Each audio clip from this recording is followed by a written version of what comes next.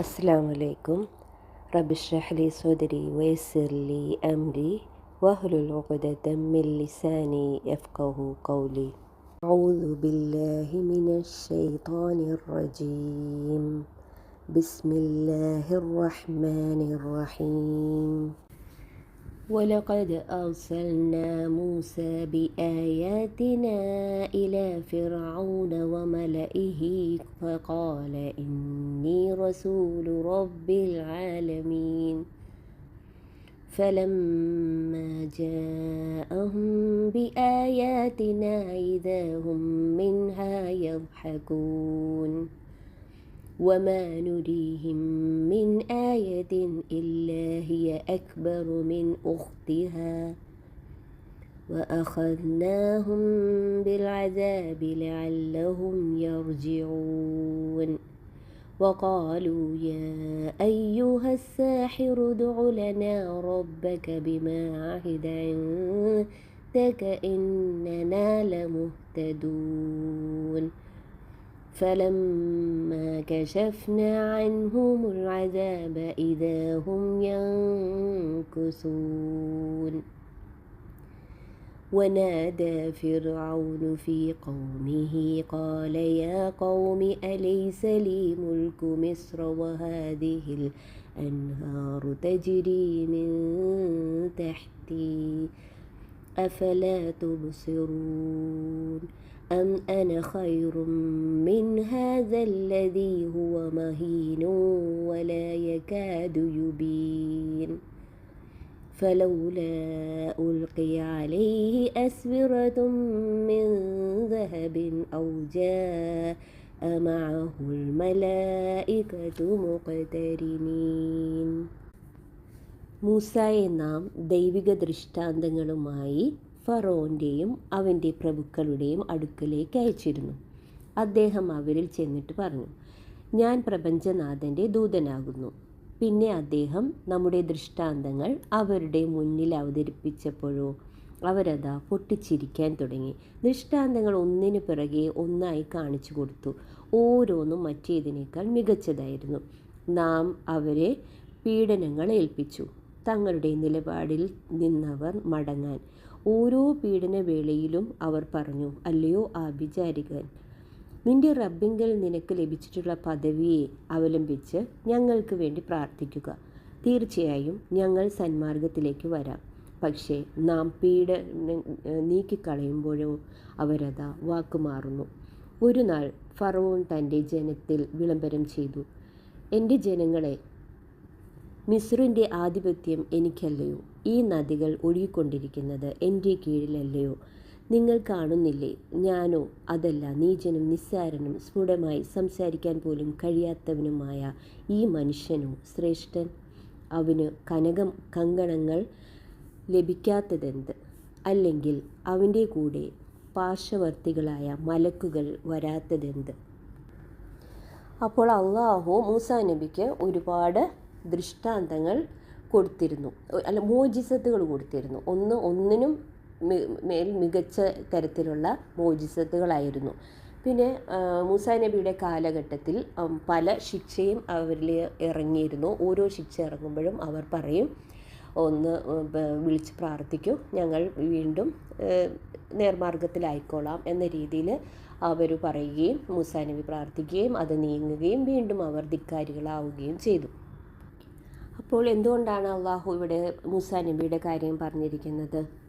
ഇപ്പോൾ റസൂലിനെ മക്ക മുശ്രിക്കുകളും നിഷേധികൾ റസൂലിന് വലിയ പ്രതാപമില്ല, പ്രശസ്തിയില്ല, എന്നിട്ട് നീയാണോ പ്രവാചകനായിട്ട് വരുന്നത് എന്ന രീതിയിലാണ് അവർ പരിഹസിക്കുകയും സംസാരിക്കുകയും ചെയ്യുന്നത്. അപ്പോൾ അള്ളാഹു അവർക്ക് പറഞ്ഞു കൊടുക്കുകയാണ്, ഇതിനു മുമ്പ് മൂസാ നബി വന്നതും ഫിറോനും കൂട്ടരും എങ്ങനെയാണോ നിന്ദിച്ചതും അവർക്ക് എങ്ങനെയാണോ ശിക്ഷ ഉണ്ടായതും ആ ഒരു എക്സാമ്പിളെല്ലാം അള്ളാഹു ആ കഥ വിവരിച്ചു കൊടുക്കുകയാണ്.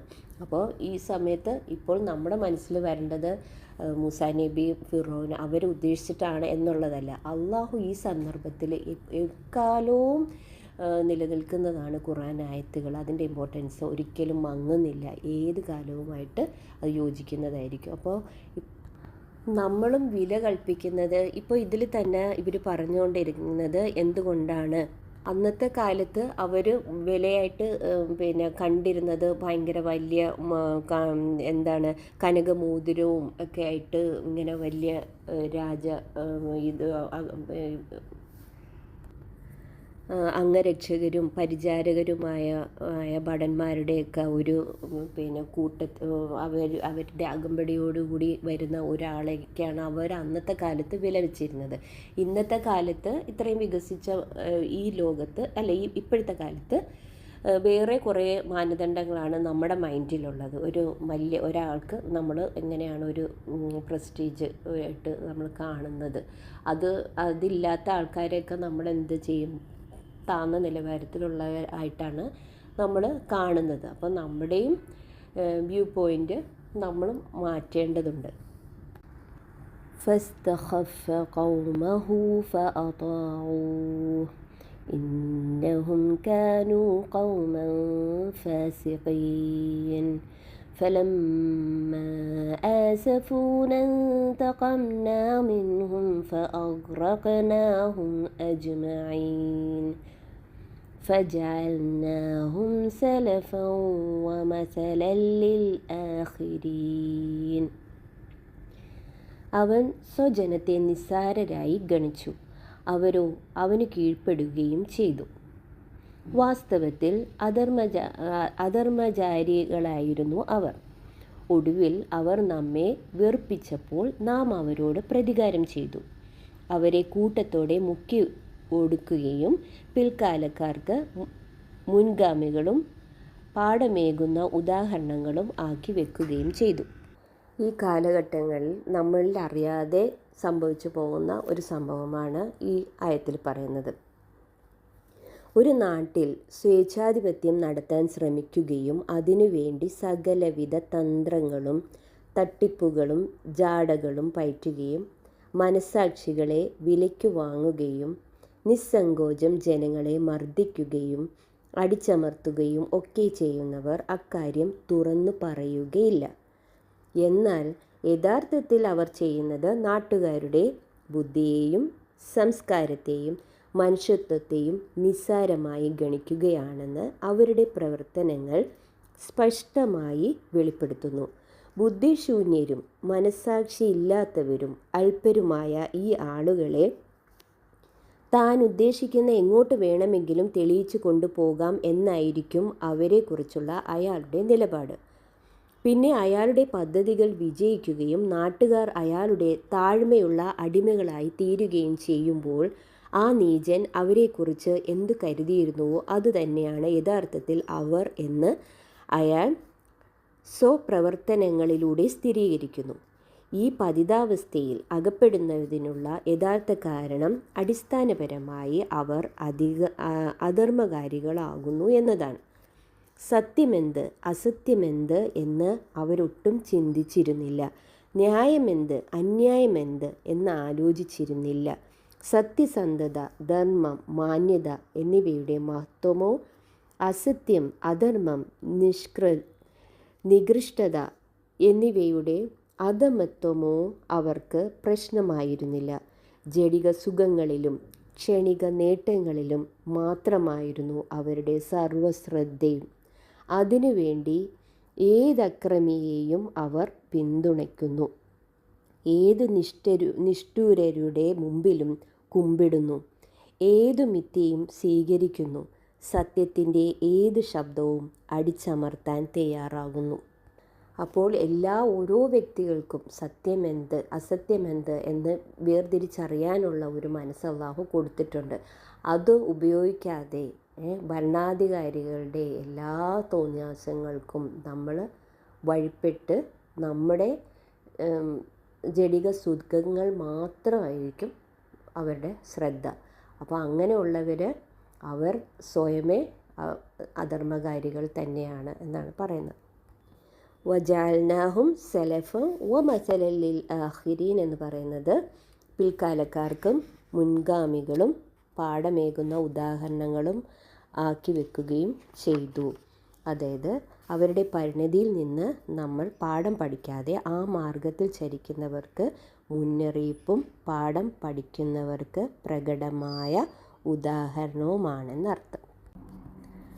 ولما ضرب ابن مريم مثلا إذا قومك منه يصدون وقالوا أآلهتنا خير أم هو ما ضربوه لك إلا جدلا بل هم قوم خصمون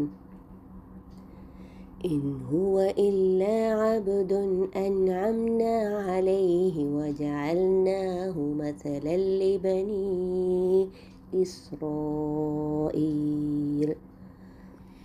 ولو نشاء لجعلنا منكم ملائكة في الأرض يخلفون وإنه لعلم للساعة فلا تمترن بها واتبعون هذا صراط مستقيم ولا يصدنكم الشيطان إنه لكم عدو مبين ولما جاء عيسى بالبينات قال قد جئتكم بالحكمة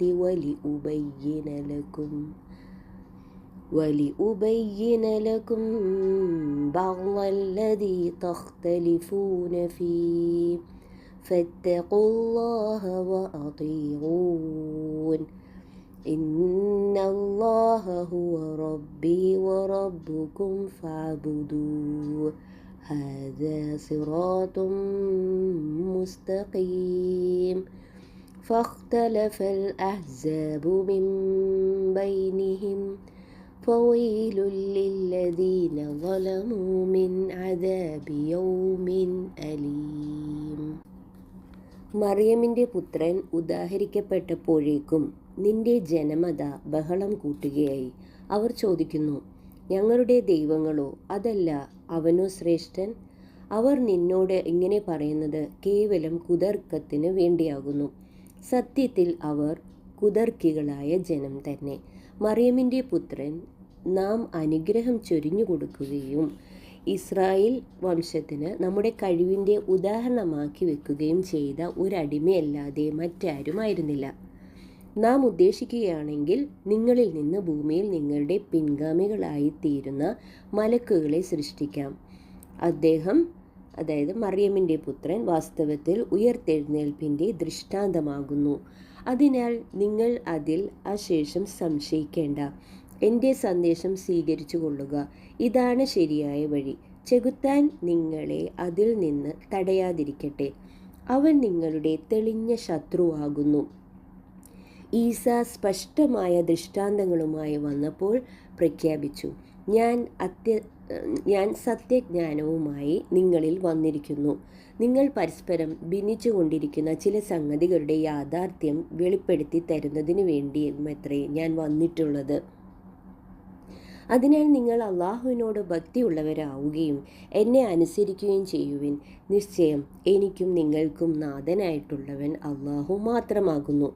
അവനു മാത്രം ഇബാദത്ത് ചെയ്യുവിൻ. ഇതാണ് നേരായ മാർഗം. എന്നാൽ സുവ്യക്തമായ ഉപദേശം കേട്ടിട്ടും അവർക്കിടയിലെ കക്ഷികൾ ഭിന്നിച്ചു. അതിനാൽ ധിക്കാരികളായവർക്ക് വേദനയേറിയ ഒരു നാളിലെ ശിക്ഷയാൽ മഹാനാശമുണ്ട്. അതായത് മൂസാ നബി അലൈഹി സ്വലാമിക്ക് കൊടുത്തതുപോലെ തന്നെ ഈസാ നബിക്കും അള്ളാഹു കുറച്ച് കഴിവുകൾ കൊടുത്തിരുന്നു. പിന്നെ പറയുന്നത്, അന്ത്യനാളിൽ വിശ്വസിക്കുന്നതിൽ നിന്ന് പിശാച് നിങ്ങളെ തടയരുത്, അത് നിങ്ങൾ സൂക്ഷിക്കുക എന്നർത്ഥം. അപ്പോൾ നമ്മൾ കൂട്ടുകൂടുമ്പോൾ വളരെയേറെ ശ്രദ്ധിക്കണം. കൂട്ടുകാരൻ്റെ മതത്തിലായിരിക്കും നമ്മൾ. പിശാച് വേറെ രൂപത്തിലൊന്നും അല്ല വരുന്നത്. മനസ്സിൽ ദുർബോധനം ചെയ്ത് അങ്ങനെയും ഉപദ്രവിക്കും. അതുകൂടാതെ നമ്മുടെ കൂട്ടുകാരിൽ നിന്നും പിശാചിൻ്റെ ഉപദ്രവം നമുക്ക് വിൽക്കും. അവർ വഴികേടിലാണെങ്കിൽ അവരും നമ്മളെ ഇൻഫ്ലുവൻസ് ചെയ്യും. അപ്പോൾ എപ്പോഴും ഫ്രണ്ട്സിനെ സെലക്ട് ചെയ്യുമ്പോൾ അത്യാവശ്യം നല്ല സ്വഭാവമുള്ള ആൾക്കാരെ തന്നെ സെലക്ട് ചെയ്യാൻ നമ്മൾ പ്രത്യേകം ശ്രദ്ധിക്കണം. ഈസാ നബിയുടെ കാലശേഷം ഒരു വിഭാഗം അദ്ദേഹത്തോടുള്ള എതിർപ്പിൽ അദ്ദേഹത്തിൽ അവിഹിത ജനനം ആരോപിക്കുന്നതിലും തങ്ങളുടെ ദൃഷ്ടിയിൽ കുരിശിലേറ്റി നിർമ്മാർജ്ജനം ചെയ്തതിലും വരെ എത്തി. മറുപക്ഷമാകട്ടെ ഭക്തിയും വിശ്വാസവും അതിര് കവിഞ്ഞ് അദ്ദേഹത്തെ ദൈവപുത്രനാക്കുകയും ചെയ്തു. പിന്നെ ഒരു മനുഷ്യൻ ദൈവമാവുക എന്നത് അവർക്കൊരു സങ്കീർണ പ്രശ്നമായി തീർന്നു. അങ്ങനെ അവർക്കിടയിൽ പലവിധ കക്ഷികളും തർക്കങ്ങളും ഉടലെടുത്തു. هل ينظرون إلا الساعة أن تأتيهم بغتة وهم لا يشعرون الأخلاء يومئذ بعضهم لبعض عدو إلا المتقين يا عباد لا خوف عليكم اليوم ولا أنتم تحزنون الذين آمنوا بآياتنا وكانوا مسلمين ادخلوا الجنة أنتم وأزواجكم تحبرون يطاف عليهم بصحاف من ذهب وأكواب وفيها ما تشتهيه الأنفس وتلذ الأعين وأنتم فيها خالدون وتلك الجنة التي أورثتموها بما كنتم تعملون لكم فيها فاكهة كثيرة منها تأكلون إن المجرمين في عذاب جهنم خالدون لا يفتر عنهم وهم فيه مبلسون وما ظلمناهم ولكن كانوا هم الظالمين ونادوا يا مالك ليقض علينا ربك قال إنكم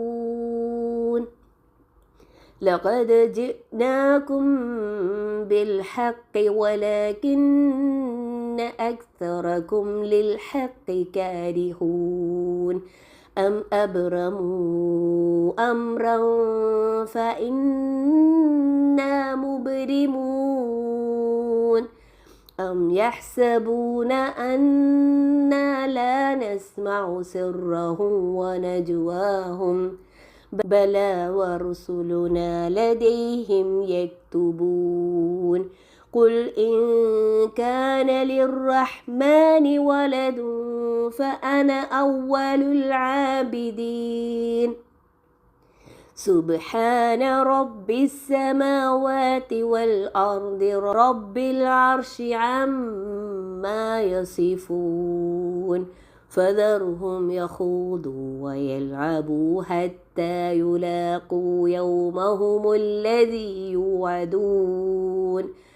وهو الذي في السماء إله وفي الأرض إله وهو الحكيم العليم وتبارك الذي له ملك السماوات والأرض وما بينهما وعنده علم الساعة وإليه ترجعون ولا يملك الذين يدعون من دونه الشفاعة إلا من شهد بالحق وهم يعلمون ولئن سألتهم من خلقهم ليقولن الله فأنى يؤفكون وقيله يا رب إن هؤلاء قوم لا يؤمنون فاصفح عنهم وقل سلام فسوف يعلمون. ഈ ജനം ഇനി നനച്ചിരിക്കാതെ ആകസ്മികമായി വന്നെത്തുന്ന അന്ത്യനാൾ തന്നെയോ കാത്തിരിക്കുന്നത്. അന്നാളിൽ ഭക്തജനങ്ങൾ ഒഴിച്ച് മറ്റു ബന്ധുമിത്രാദികളൊക്കെയും പരസ്പരം ശത്രുക്കളായി തീരും. നമ്മുടെ സൂക്തങ്ങളിൽ വിശ്വസിക്കുകയും അനുസരണമുള്ളവരായി വർത്തിക്കുകയും ചെയ്ത ജനത്തോട് അന്നാളിൽ പറയപ്പെടും, എൻ്റെ ദാസന്മാരെ, നിങ്ങൾക്ക് ഒരു ഭയവുമില്ല, നിങ്ങൾ അശേഷം ദുഃഖിക്കുന്നതുമല്ല, സ്വർഗത്തിൽ പ്രവേശിച്ചു കൊള്ളുവിൻ, നിങ്ങളും നിങ്ങളുടെ ഇണകളും നിങ്ങൾ സന്തുഷ്ടരാക്കപ്പെടുന്നതാവുന്നു. സ്വർണ്ണത്താലങ്ങളും കോപ്പകളും അവരെ വലം വെച്ചുകൊണ്ടിരിക്കും. മനസ്സുകൾ ആശിക്കുന്നതും കണ്ണുകൾ ആസ്വദിക്കുന്നതുമായ വിഭവങ്ങളൊക്കെയും അവിടെ ഉണ്ടായിരിക്കും. അവരോട് പറയപ്പെടും, ഇനി നിങ്ങൾ ഇവിടെ നിത്യവാസികളായിരിക്കും. നിങ്ങൾ ഇഹത്തിൽ അനുഷ്ഠിച്ചു കൊണ്ടിരുന്ന കർമ്മങ്ങൾ നിമിത്തം ഈ സ്വർഗത്തിന് അവകാശികളായി കഴിഞ്ഞിരിക്കുന്നു. ഇവിടെ നിങ്ങൾക്ക് ഫലസമൃദ്ധമാകുന്നു, അതിൽ നിന്ന് യഥേഷ്ടം ഭൂജിക്കാം. എന്നാൽ ധിക്കാരികളോ, അവർ നരകശിക്ഷയിൽ നിത്യവാസികളാകുന്നു. അവരുടെ ശിക്ഷയിൽ അശേഷം ഇളവുണ്ടാവുന്നതല്ല, അവരതിൽ നിരാശരായി കഴിയും. അവരോട് നാം അക്രമം ചെയ്തതല്ല, പിന്നെയോ അവർ തന്നെയാണ് അവരോട് അതിക്രമം ചെയ്തുകൊണ്ടിരുന്നത്. അവർ നിലവിളിക്കും, ഓ മാലിക്കേ, നിന്റെ റബ്ബ് ഞങ്ങളുടെ കഥയങ്ങ് കഴിച്ചു തന്നിരുന്നെങ്കിൽ എത്ര നന്നായിരുന്നു. അവൻ ഉത്തരം കൊടുക്കും, നിങ്ങൾ ഇങ്ങനെ തന്നെ കഴിയേണ്ടി വരും. ഞങ്ങൾ സത്യവുമായി നിങ്ങളിൽ വന്നിട്ടുണ്ടായിരുന്നു, പക്ഷേ സത്യം നിങ്ങളിൽ അധികം ആളുകൾക്കും അരോചകമായിരുന്നുവല്ലോ. അപ്പോൾ ഇഹലോകത്തെ നന്മയുടെയും ദൈവഭക്തിയുടെയും അടിസ്ഥാനത്തിൽ നിലനിന്ന മൈത്രി ബന്ധങ്ങൾ മാത്രമേ അന്ന് അവശേഷിക്കുകയുള്ളൂ. മറ്റെല്ലാ മൈത്രികളും ശത്രുതയായി മാറും. ഇന്ന് ദുർമാർഗത്തിലും അതിക്രമത്തിലും പാപകൃത്യങ്ങളിലും പരസ്പരം മിത്രങ്ങളും സഹായികളുമായി വർത്തിച്ചവരെല്ലാം നാളെ വിചാരണ വേളയിൽ പരസ്പരം കടുത്ത കുറ്റാരോപണങ്ങൾ നടത്തുകയും അകന്നു മാറാൻ ശ്രമിക്കുകയും ചെയ്യുന്നതാണ്. ഈ സംഗതി വിശുദ്ധ ഖുർആൻ പലയിടത്തും ആവർത്തിച്ച് പറഞ്ഞിട്ടുണ്ട്. ആരുമായുള്ള കൂട്ടുകെട്ടാണ് തനിക്ക് പ്രയോജനകരമാവുക, ആരുമായുള്ള കൂട്ടുകെട്ടാണ് നാശമാവുക എന്ന് ഓരോ മനുഷ്യനും നന്നായി ചിന്തിച്ച് മനസ്സിലാക്കുന്നതിന് വേണ്ടിയാണിത്. അതാണ് നമ്മൾ മെയിനായിട്ട് ശ്രദ്ധിക്കേണ്ടത്. കൂട്ടുകൂടുമ്പോൾ നല്ല ആൾക്കാർ, കാരണം നല്ല ആൾക്കാരുമായിട്ടുള്ള ഒരു സഹവാസം നമ്മൾ കേട്ടിട്ടുണ്ടല്ലോ, മുല്ലപ്പൂമ്പൊടി ഏറ്റുകിടക്കും കല്ലിനും ഉണ്ടാവും സൗരഭ്യം. അപ്പം ചെയ്യുന്നത് നമ്മൾ ഫോളോ ചെയ്യുന്ന ഓരോ ചാനൽ, നമ്മൾ ഡെയിലി കാണുന്ന ഓരോ പിക്ചേഴ്സും ഓരോ കാര്യങ്ങളും എല്ലാം നമ്മളറിയാതെ ഇൻഫ്ലുവൻസ് ചെയ്യുന്നുണ്ട്. പിന്നെ നരകത്തെക്കുറിച്ചും സ്വർഗത്തെക്കുറിച്ചും വർണ്ണിച്ചിരിക്കുന്നു. ശരിക്കും പറഞ്ഞാൽ നമുക്ക് ഈ ആയത്തിലൂടെ പോകുമ്പോൾ നമുക്ക് വിഷ്വലൈസ് ചെയ്യാൻ പറ്റും. നമ്മുടെ മനസ്സിന് എവിടെ വേണമെങ്കിലും പോകാൻ പറ്റുമല്ലോ, അതിന് ഒരു പരിമിതിയില്ല. അപ്പോൾ അതിന് വേണ്ടിയിട്ടാണ് അള്ളാഹു ഇടയ്ക്കിടയ്ക്ക് സ്വർഗത്തിലെ ഓരോ കാര്യങ്ങളും നരകത്തിലെ കാര്യങ്ങളും നമുക്ക് പറഞ്ഞു തരുന്നത്. കാരണം നമ്മുടെ സബ് കോൺഷ്യസ് മൈൻഡിൽ അത് ഉറയ്ക്കണം, അങ്ങനെയുള്ള സംഭവം ഉണ്ടെന്ന്. കാരണം നമ്മൾ ഇതിനു മുമ്പ് കണ്ടിട്ടില്ലാത്ത കാരണം ഈ രീതിയിൽ വേണം നമുക്ക് ആ ഒരു പരലോക വിശ്വാസം ഊട്ടി ഉറപ്പിക്കേണ്ടത്. അതുകൊണ്ട് നമ്മൾ റിപ്പീറ്റഡ്ലി ഈ ആയത്തിൽ കൂടെ പോവുകയും ചിന്തിക്കുകയും വരും. അപ്പോൾ പിന്നെ നമ്മുടെ മനസ്സിലത് ഉറയ്ക്കും, ഇത് റിയാലിറ്റി ആണ്, ഇത് സംഭവിക്കാനുള്ളതാണ്, അതിനു വേണ്ടിയിട്ടാണ് നമ്മൾ പ്രവർത്തിക്കേണ്ടത്. ശരിക്കും സംഭവിക്കാനിരിക്കുന്ന ഓരോ സന്ദർഭവും നമ്മൾ ആ സമയത്ത് ഏതവസ്ഥയിലാവും, എന്ത് സംസാരിക്കും, അതുവരെ അഡ്വാൻസ് ആയിട്ട് അള്ളാഹു നമുക്ക് പറഞ്ഞു തന്നിട്ടുണ്ട്. നെടും ഖേദത്തിലായിരിക്കും അവരോർക്കും, ഒരു സെക്കൻഡെങ്കിലും ഒന്ന് വിട്ട് തന്നിരുന്നെങ്കിൽ എനിക്ക് പോയി കുറച്ച് നല്ല കാര്യങ്ങൾ ചെയ്ത് വെച്ചേക്കായിരുന്നു പരലോകത്തിലേക്ക് വേണ്ടിയിട്ട്. ശരിക്കും പറഞ്ഞാൽ അന്ത്യനാളൊന്നും സംഭവിക്കുന്നവരെ നമുക്ക് വെയിറ്റ് ചെയ്യേണ്ട കാര്യമില്ല. നമ്മുടെ മരണമാണ് നമ്മുടെ അവസാന ചാൻസ്, അതുവരെയുള്ള ഒരു ശ്വാസമാണ്. അതെപ്പോഴാണെന്നും നമുക്ക് അറിയില്ല. അതുകൊണ്ട് മുൻകൂട്ടി നമ്മൾ കാര്യങ്ങൾ ചെയ്തു വെക്കണം.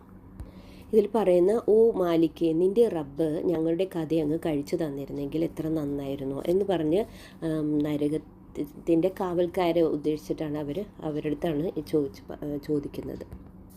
أم أبرموا أمرا فإنا مبرمون أم يحسبون أنا لا نسمع سرهم. ഇക്കൂട്ടർ ഒരു സംരംഭം നടത്താൻ തീരുമാനിച്ചു വന്നു. ശരി, നാമും ഒരു തീരുമാനം എടുക്കാം. ഇവരുടെ രഹസ്യങ്ങളും ഗൂഢാലോചനകളും ഒന്നും നാം കേൾക്കുന്നില്ലെന്നാണോ ധരിച്ചു വെച്ചത്? ഒക്കെയും നാം കേട്ടുകൊണ്ടിരിക്കുകയാവുന്നു. നമ്മുടെ മലക്കുകൾ ഇവർക്കരികിൽ തന്നെ എല്ലാം രേഖപ്പെടുത്തിക്കൊണ്ടിരിക്കുന്നുമുണ്ട്. അപ്പോൾ നമ്മൾ ആദ്യം സൂചിപ്പിച്ചിരുന്നല്ലോ, ഈ സൂറ അവതരിപ്പിക്കുന്ന സമയം പ്രവാചകനെ എതിരെ അവർ വധിക്കാൻ വേണ്ടിയിട്ട് ഗൂഢാലോചന നടത്തിക്കൊണ്ടിരുന്ന സന്ദർഭമാണ്. അപ്പോൾ അള്ളാഹു പറയുവാണ്, അവർ ഒരു കാര്യം തീരുമാനിക്കുമ്പോൾ അള്ളാഹു ഒരു കാര്യം തീരുമാനിക്കുന്നുണ്ട്. അവർ പറയുന്നതെല്ലാം അള്ളാഹു അറിയുന്നുണ്ട്, കേൾക്കുന്നുണ്ട്, എല്ലാം രേഖപ്പെടുത്തി വെക്കുന്നുമുണ്ട്. ഇവരോട് പറയുക, ദയാപരനായ ദൈവത്തിന് ഒരു സന്താനം സത്യത്തിൽ ഉണ്ടെങ്കിൽ അവനെ ആദ്യം ആരാധിക്കുന്നത് ഞാനാകുമായിരുന്നു. ആകാശഭൂമികൾക്ക് അധിപനും സിംഹാസനത്തിനുടയവനുമായവൻ ഈ ജനം ജൽപ്പിക്കുന്ന സംഗതികളിൽ നിന്നൊക്കെയും അതീവ പരിശുദ്ധനത്രേ. ശരി, അവരെ മിഥ്യാസങ്കല്പങ്ങളിലാണ്ട് വിനോദങ്ങളിൽ മുഴുകിക്കളയാൻ വിട്ടേക്കുക. അവർ താക്കീത് ചെയ്യപ്പെട്ടുകൊണ്ടിരിക്കുന്ന ആ നാടിനെ കണ്ടുമുട്ടുന്നതുവരെ. ശരിക്കും പറഞ്ഞാൽ ഒരു ലൈഫ് ഒരു എൻജോയ്മെൻറ്റും ഒരു എൻ്റർടൈൻമെൻറ്റുമായിട്ട് സിമ്പിളായിട്ടാണ് അധികം ആൾക്കാരും നമ്മൾ ഉൾപ്പെടെ എടുക്കുന്നത്. കാരണം ലൈഫ് ശരിക്കും പറഞ്ഞാൽ എൻജോയ്മെൻറ്റിന് വേണ്ടി മാത്രമല്ല. നമ്മളത് നിസ്സാരമാക്കി നമ്മുടെ ജീവിതത്തിന് എടുക്കാൻ പാടില്ല. കാര്യമായിട്ട് തന്നെ എടുക്കണം. നമുക്ക് അള്ളാഹു എത്ര സമയം തന്നിട്ടുണ്ടെന്ന് നമുക്ക് ഒട്ടും അറിയില്ല. സമയം തന്നിട്ടുണ്ടെങ്കിലും നമുക്ക് ആരോഗ്യത്തോടു കൂടിയുള്ള ആയുസ് കൊണ്ടാണ് നമുക്ക് കർമ്മങ്ങൾ നന്നായിട്ട് ചെയ്യാൻ സാധിക്കുന്നത്. അല്ലാത്ത ഒരു രോഗാവസ്ഥയിലേക്ക് പോയി കഴിയുമ്പോൾ നമുക്ക് എന്താ ചെയ്യാൻ പറ്റുന്നത്? നല്ല കാര്യങ്ങൾ എന്തെങ്കിലും ചെയ്യാൻ പറ്റുമോ? വളരെ കുറവേ ചെയ്യാൻ പറ്റുള്ളൂ. അപ്പോൾ കിട്ടുന്ന ആരോഗ്യം, ആ സമയം നമ്മൾ ജസ്റ്റ് എൻ്റർടൈൻമെൻറ്റിന് വേണ്ടി മാത്രം സ്പെൻഡ് ചെയ്യാതെ, എൻ്റർടൈൻമെൻറ്റ് തീരെ വേണ്ടെന്നല്ല, അങ്ങനെ ഒരു ലൈഫ് എന്ന് പറഞ്ഞാൽ വെറും ഒരു എൻജോയ്മെൻറ്റിന് വേണ്ടി മാത്രം എടുക്കാതെ കുറച്ചൊക്കെ സീരിയസ് ആയിട്ട് എടുക്കണം. ആകാശത്തിൽ ഇലാഹ് ദൈവം അവനാകുന്നു, ഭൂമിയിലും ഇലാഹ് അവൻ തന്നെ. അവൻ യുക്തിമാനും സർവജ്ഞനുമാകുന്നു. ആകാശഭൂമികളുടെയും അവയ്ക്കിടയിലുള്ള വസ്തുക്കളുടെയും ആധിപത്യം ആരുടെ ഹസ്തത്തിലാണോ അവൻ അത്യുന്നതനും പരിശുദ്ധനുമത്രേ. അവങ്കൽ മാത്രമാവുന്നു അന്ത്യനിമിഷം സംബന്ധിച്ച ജ്ഞാനം. നിങ്ങളൊക്കെയും അവങ്കലേക്ക് തന്നെ മടക്കപ്പെടുന്നവരാകുന്നു. അപ്പോൾ കഴിഞ്ഞ വേറൊരു ആയത്തിലും ഇങ്ങനെ യൗമുസ്സാ അന്ത്യദിനത്തെക്കുറിച്ച് പറഞ്ഞിരുന്നു, ഈസാ നബിയുടെ കാര്യം പറഞ്ഞപ്പോൾ. അപ്പോൾ അന്ത്യനാളിന് മുമ്പ് ഈസാ നബി ആഗതമാകും എന്ന് പറഞ്ഞിട്ടുണ്ടല്ലോ, അതുമായിട്ട് ബന്ധപ്പെട്ടാണ് അങ്ങനെ പറഞ്ഞത്. ഇപ്പോൾ പറയുന്നു, അള്ളാഹുവിന് മാത്രമാണ് അതിനെക്കുറിച്ച് ജ്ഞാനമുള്ളത്. അവനെ വെടിഞ്ഞ് ഇക്കൂട്ടർ വിളിച്ച് പ്രാർത്ഥിച്ചു കൊണ്ടിരിക്കുന്നവരുണ്ടല്ലോ, അവർ ശുപാർശ ചെയ്യാൻ അധികാരമുള്ളവരേ അല്ല, ജ്ഞാനത്തിൻ്റെ അടിസ്ഥാനത്തിൽ സത്യത്തിന് സാക്ഷ്യം വഹിച്ചവരൊഴികെ. അപ്പോൾ ആർക്കാണ് ശുപാർശ ചെയ്യാൻ പറ്റുന്നത്? ജ്ഞാനത്തിൻ്റെ അടിസ്ഥാനത്തിൽ സത്യത്തിന് സാക്ഷ്യം വഹിച്ചവരൊഴികെ. നമ്മളിൽ പലരും അല്ലേ, അള്ളാഹുവിൻ്റെ അടുക്കൽ അവർ ശുപാർശ ചെയ്യും എന്ന മിഥ്യാധാരണ കേൾവിയുടെ അടിസ്ഥാനത്തിൽ വേറെ ഓരോരുത്തരെയൊക്കെ വിളിച്ച്, മരിച്ചുപോയ മഹാന്മാരെ വിളിച്ച് പ്രാർത്ഥിക്കുന്നുണ്ട് ശുപാർശ ചെയ്യാൻ വേണ്ടി. ശരിക്കും പറഞ്ഞാൽ അവർ രണ്ട് കാര്യം അതിന് അടിസ്ഥാനമുണ്ട്. അവർക്ക് വ്യക്തമായ ജ്ഞാനമുണ്ടാണ്. ആരുടെ പേരിലാണോ അവർ ശുപാർശ ചെയ്യുന്നത് അവരെക്കുറിച്ച് ഇവരെ അറിയണം. ശരിക്കും എന്തെങ്കിലും എല്ലാം ചെയ്തു കൂട്ടിയിട്ട് പിന്നെ ശുപാർശയുടെ പുറത്ത് നമുക്ക് രക്ഷപ്പെടാൻ പറ്റത്തില്ല. ഇവരൊക്കെ ആണെന്ന് അറിയുകയും വേണം. പിന്നെന്താ, സാക്ഷ്യം വേണം, സത്യസാക്ഷ്യം ഉണ്ടാകണം. അത് തെളിവിൻ്റെ അടിസ്ഥാനത്തെ ഈ സാക്ഷ്യം ഉണ്ടാകാൻ പറ്റുള്ളൂ, തെളിവോടുകൂടി. അപ്പോൾ അങ്ങനെ കുറേ ഇതൊക്കെ ഉണ്ട്, അതിന് കണ്ടീഷൻസ് ഉണ്ട്. അല്ലാതെ അവർ ശുപാർശ ചെയ്യും എന്നുള്ളൊരു ധാരണയോടുകൂടി നമ്മൾ ഓരോരുത്തരെ വിളിച്ച് പ്രാർത്ഥിച്ചിട്ട് അത് കിട്ടാതെ പോയി കഴിഞ്ഞാൽ പിന്നെ നമുക്ക് വേറൊരു ചാൻസ് കിട്ടത്തില്ല. അതുകൊണ്ട് അതിൻ്റെ പുറകെയൊന്നും പോകാതെ നമ്മുടെ ഏറ്റവും അടുത്തത് അള്ളാഹുവാണ്. നമ്മൾ വേറെ മറ്റാരെക്കാളും എല്ലാവരുമായിട്ടും അള്ളാഹുവിന് അടുത്താണ് നിൽക്കുന്നത്. അതുകൊണ്ട് അള്ളാഹുവിനെയാണ് നമ്മൾ വിളിക്കേണ്ടത്. അല്പമായ അറിവ് കൊണ്ടും കേൾവിയും കൊണ്ടും നമ്മൾ അങ്ങനത്തെ ഓരോ ഈസി വേയിലേക്ക് പോകേണ്ട കാര്യമില്ല. ചില സമയത്ത് നമ്മൾ ഓവറായിട്ട് അപ്സെറ്റ് ആകുമ്പോഴൊക്കെയാണ് ഒരു ഷോർട്ട് കട്ട് വഴി പെട്ടെന്ന് കാര്യം സാധിച്ചു കിട്ടും എന്ന മിഥ്യാധാരണയോടുകൂടി പോയി പ്രാർത്ഥിക്കുന്നതാണ്. ചില സമയത്ത് അത് വർക്കൗട്ട് ചെയ്യുകയും ചെയ്യും. അത് അള്ളാഹുവിൻ്റെ പരീക്ഷണമാണ്. ഒരു സത്യവിശ്വാസി എന്ന നിലയ്ക്ക് നമ്മൾ അള്ളാഹുവിലാണ് സർവ്വതും അർപ്പിക്കേണ്ടത്. അള്ളാഹുവിനെ കൂടാതെ മറ്റാര് വിളിച്ച് പ്രാർത്ഥിച്ചാലും അതൊരു ഷിർക്കാണ്. അത് നമുക്ക് വ്യക്തമായിട്ട് അറിയാമല്ലോ. പിന്നെ എന്തിനാണ് നമ്മൾ അതിൻ്റെ പുറകെ പോകുന്നത്? ഇവരെ സൃഷ്ടിച്ചതാരെന്ന് നീ ചോദിക്കുകയാണെങ്കിൽ ഇവർ പറയും അള്ളാഹു ആണെന്ന്. പിന്നെ എവിടെ നിന്നാണ് ഇവർ വഞ്ചിക്കപ്പെട്ടുകൊണ്ടിരിക്കുന്നത്? ദൈവദൂതൻ്റെ ഈ വചനമാണ് സത്യം. എൻ്റെ നാഥ, ഇക്കൂട്ടർ തീർച്ചയായും വിശ്വസിക്കാൻ കൂട്ടാക്കുന്നില്ല. ശരി, പ്രവാചകൻ ഇവരോട് വിട്ടുവീഴ്ച ചെയ്യുക, സലാം എന്ന് പറയുക. താമസിയാതെ ഇവർ അറിയുന്നുണ്ട്. റസൂലിനോട് അള്ളാഹു പറയാണ്, അവരുടെ കടുത്ത വാക്കുകളും പുച്ഛവും പരിഹാസവും കേട്ടിതാകാതെ അവർക്ക് എന്താണ് ചെയ്യേണ്ടത്? അവരോട് സലാം പറഞ്ഞ് അവരിൽ നിന്ന് കടന്നു പോയാൽ മാത്രം മതി. റബ്ബന തഖബ്ബൽ മിന്ന ഇന്നക അൻതസ് സമീഉൽ അലീം വതുബ് അലൈനാ ഇന്നക അൻതത് തവ്വാബുർ റഹീം ആമീൻ ബിറഹ്മതിക യാ അർഹമർ റഹീമീൻ.